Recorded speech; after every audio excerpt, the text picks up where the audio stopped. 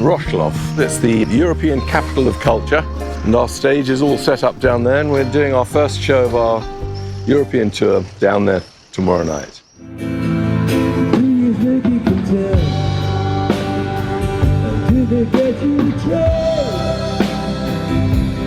We're playing with an orchestra. The orchestra is conducted by Zbigniew Preissner, who did all the orchestrations for this album and the previous On an Island album. It's looking good. You know, we did a good rehearsal, and we're doing some more rehearsing today. I'm pretty happy with the way it's all looking and sounding. And we sat up here and watched the lights being rehearsed last night. It was very beautiful. It's going to be a great show.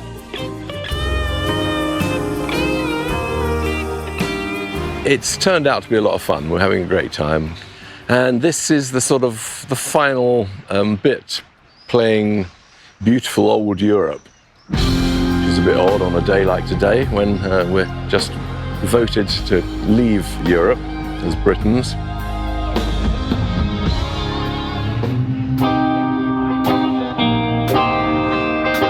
I am at home with my wife, and my wife, Rosaline, checks our website, and she says, you know, there's a message here from someone claiming to be David Gilmour. And the message read, "Hi Chuck, David Gilmour here, honest." I didn't even have an audition or anything. I just went to Phil's house and he filmed me playing the sax solo of Shine On You Crazy Diamond along to a YouTube video. And he recorded it on his phone and sent it over to David, and that was basically my audition.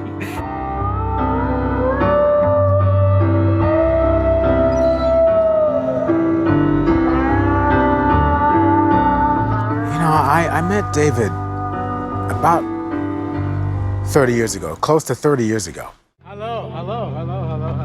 I was a music director for Michael Jackson, and I remember seeing David with Pink Floyd. The first time was Versailles. It was such a spectacle. You know, I'm used to being in big productions, obviously with Michael, but these guys are on a different level right here.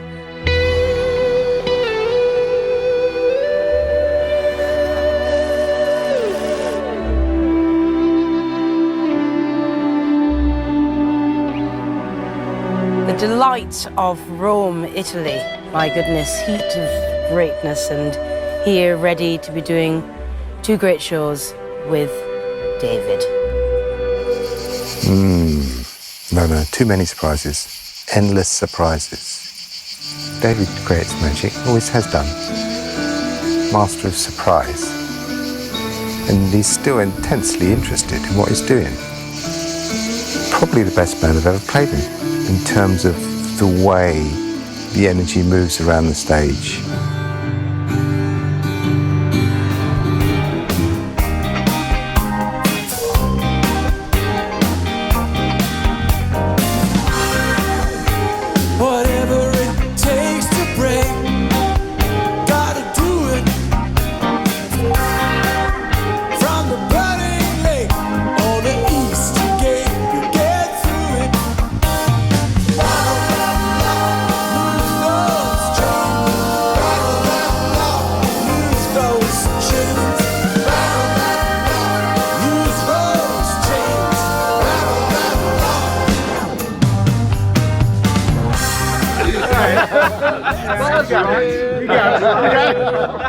You got me.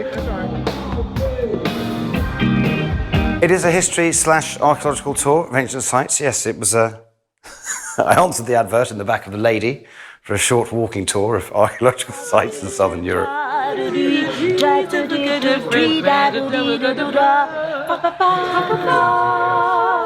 There you are, moving through the European tour. It's up, it's down, it's light, it's shade, it's dark, it's bright, it's loud, it's quiet. You know, all frequencies are in there somewhere, you know, and you can be really artistic with the music. I mean, it's great.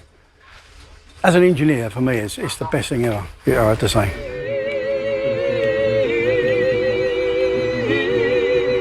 Yeah, musically it's been great, really stimulating. Everyone's got on. But in terms of different, I think everything's that, everything's. I mean, like this whole tour's been different. It's a tour of one-offs. No two shows are the same. Every day has a different set of rules, a different stage. How we get it in and how we put it up is different every day. Yes, go ahead. Just arriving on site. Jolly good.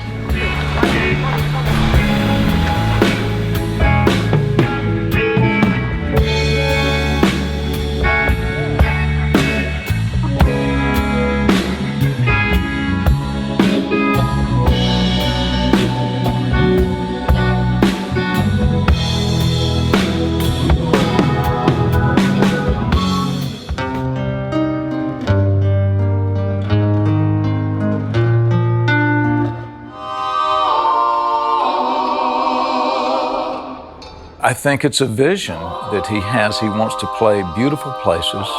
Here we are in Europe playing largely Roman amphitheaters, which is just insane. But it's so wonderful, and the setting is so special. I think it has an effect on how you play. It's historic. Every venue has a deep history to it. And somehow that filters into the music. And when you're on that stage and you're looking out and you're looking at all these beautiful, old ancient Roman architecture, it's just so special and so unique and very moving to be able to do it in that setting. Where are we off to today? We're off in a silly convoy instead of a nice bus. It's all my fault, yeah, I know. Every time. Blame me. What can I do?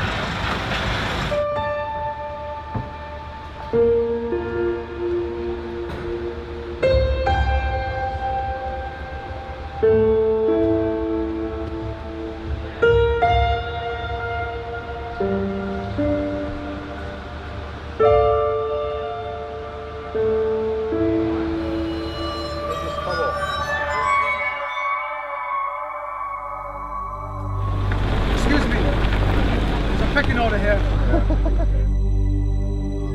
At this time in my life, my career, it's very nice to not put my career absolutely as the first thing. I mean, obviously, I'm doing it to the best of my ability, and I put everything into making sure it's right. But at the same time, I'm sort of doing it in school holidays, university holiday things, more so that some of my kids can, well, some of them aren't kids really anymore. It's nice for them to see what I do and to be able to come along on these legs of the tour. And they're brilliant critics. They watch the shows and they give me advice, very good advice.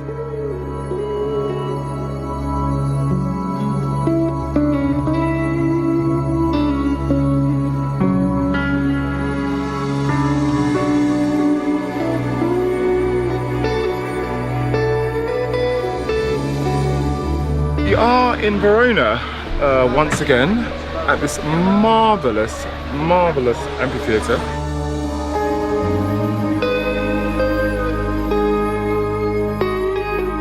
It's such a privilege to be able to play music with David and the caliber of musicians in this band. And it's just great. Every night it seems like it just keeps getting better and better, and we keep gelling more and more as a band and having a lot of fun. Yeah, it feels great.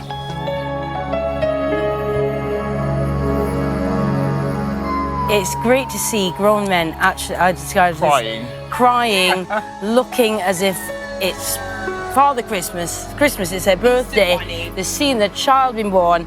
It's like, oh my goodness, and cannot quite believe it. They cannot believe he is there.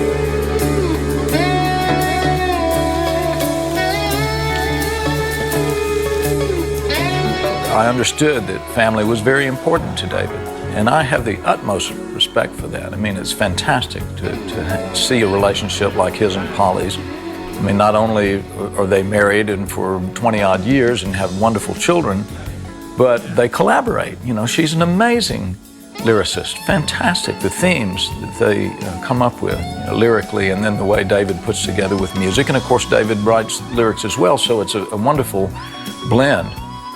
Not so easily done, I think, in a lot of marriages, but it certainly worked for them and worked so well.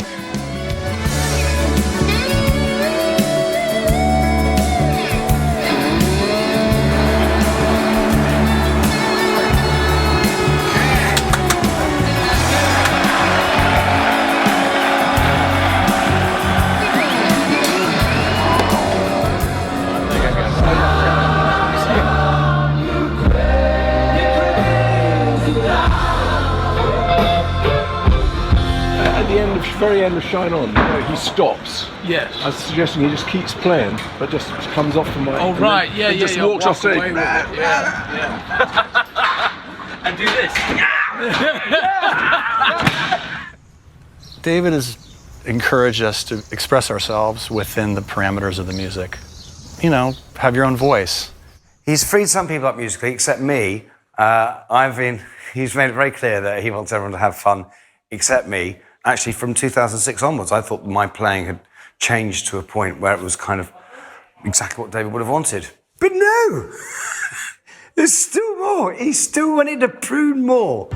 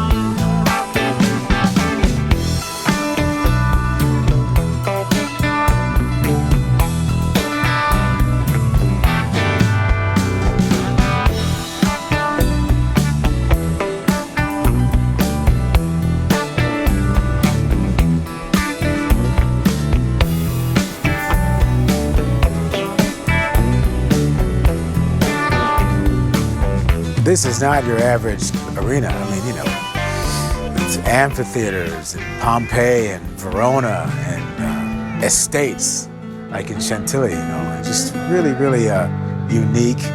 And that's been another plus as well, to add to the, you know, wonderful memories. 3. Yes! Well, you know, look, I was involved in Venice, Palace of Versailles. I think that, you know, bringing chaos to historic landmarks is always fun.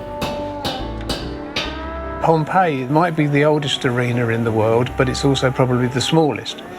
You cannot sort of say, okay, we're doing a Roman amphitheatre. That means there's an entrance here and an entrance there. Everything had to be pushed from the road a quarter of a mile to the stage entrance. Well, the problems with Pompeii with this show are that there's no roof. So there's nothing to hang anything off of.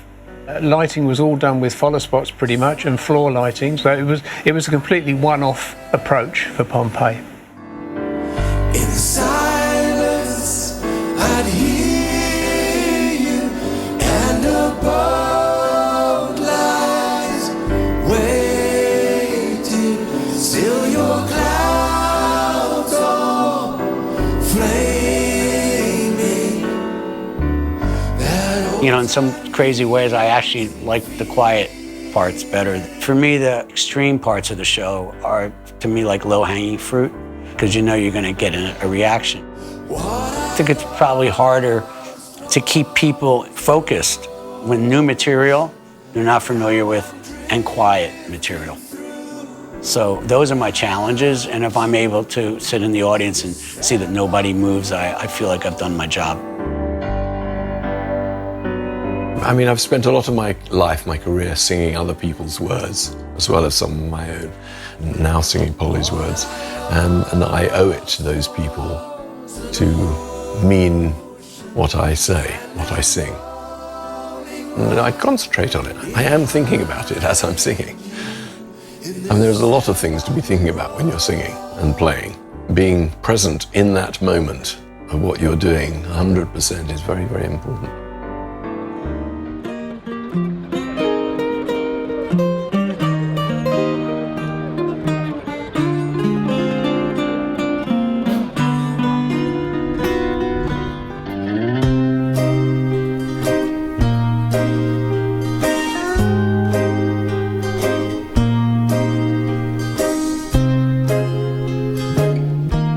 I will never forget any of these shows, you know.